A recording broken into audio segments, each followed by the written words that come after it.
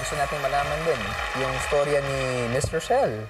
Sabi mo, nung nakarang araw, you have how many kids? 3 po. 3 kids. Ilang taon na sila? Yung panganay ko, 14, kasunod ay 10, tapos 6 yung bunso po. Teenager? May teenager na siya. Oo. Tsaka yun yung mga years na, syempre, magbabago na ang lahat, no? How do you handle them?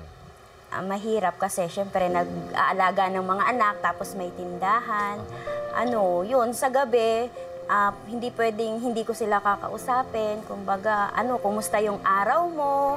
Kung gusto ko yung mag-share sila sa akin ng mga nangyayari sa kanila sa araw-araw. Kaya kahit busy po sa tindahan, may time pa rin dapat makipag-usap sa mga anak. Tsaka, totoo yung sinasabi nila, no? A mother's job is never done. Never. Patuloy talaga at dumadami yung responsibilidad nyo. I'm sure, Ate Rochelle, mahirap yan. Sobra. Kaya, Sobrang hirap. ang sunod na itatanong ko sa inyo, nasaan yung kasama niyo? Nasaan si Daddy sa lahat ng ito? Yung asawa ko po ay 4 years na nga pong missing. sa Missing as in papaanong wala pa pong, hindi ko pa po alam kung nasa na siya. Hindi ko alam kung babalik pa ba or ano. Yan. Teka lang honestly, hindi ko kasi alam yung storya. Naghiwalay ba kayo? Hindi po. OFW ba siya? Ano bang kwento po? Kung okay lang ikwento, Miss Rochelle. Ano po yun, isang araw, naghatid po siya sa anak ko sa school, tapos hindi na siya nakabalik. Hindi na siya nakauwi. So you mean to say na nakuha siya? Meron po. Opo, may po kami CCTV footage. Almost 2 months po kami naghahanap. Ang dami na po naming nilapitan, pati manghuhula. Nakaabot kami ng Mindoro, pagpapahula, kasi baka sakali, ayun. Pero wala eh. Hanggang ngayon wala po. Wala, kahit konting balita. Ayun. Sobrang hirap. Sobrang hirap talaga yung pinagdaanan nyo. Sobrang Oo. hirap. Kasi yung closure. Walang closure, walang communication. May malaki kang question mark sa ibabaw ng ulo mo. Nasaan nga ba? Di ba? Sana, one way or another, mag-reach out sa'yo, no? Kung sakasakali man, there is still hope, no? Pero, Ate Rochelle, ano bang mensahe niyo para sa inyong asawa? Kung sakasakali. Kung nasan ka man ngayon, sana makabalik ka. Kasi sobrang nahihirapan ako sa tanong ng mga anak mo na kung babalik ka pa. Ang hirap dahil hindi ko alam kung ano yung sagot. Kasi kahit ako, hindi ko alam kung paano sasagutin yung tanong na yun. Yun din kasi yung tanong ko sa sarili ko kung babalik ka pa or kung nasaan ka, kung mabuti ba yung kalagayan mo o kung basta.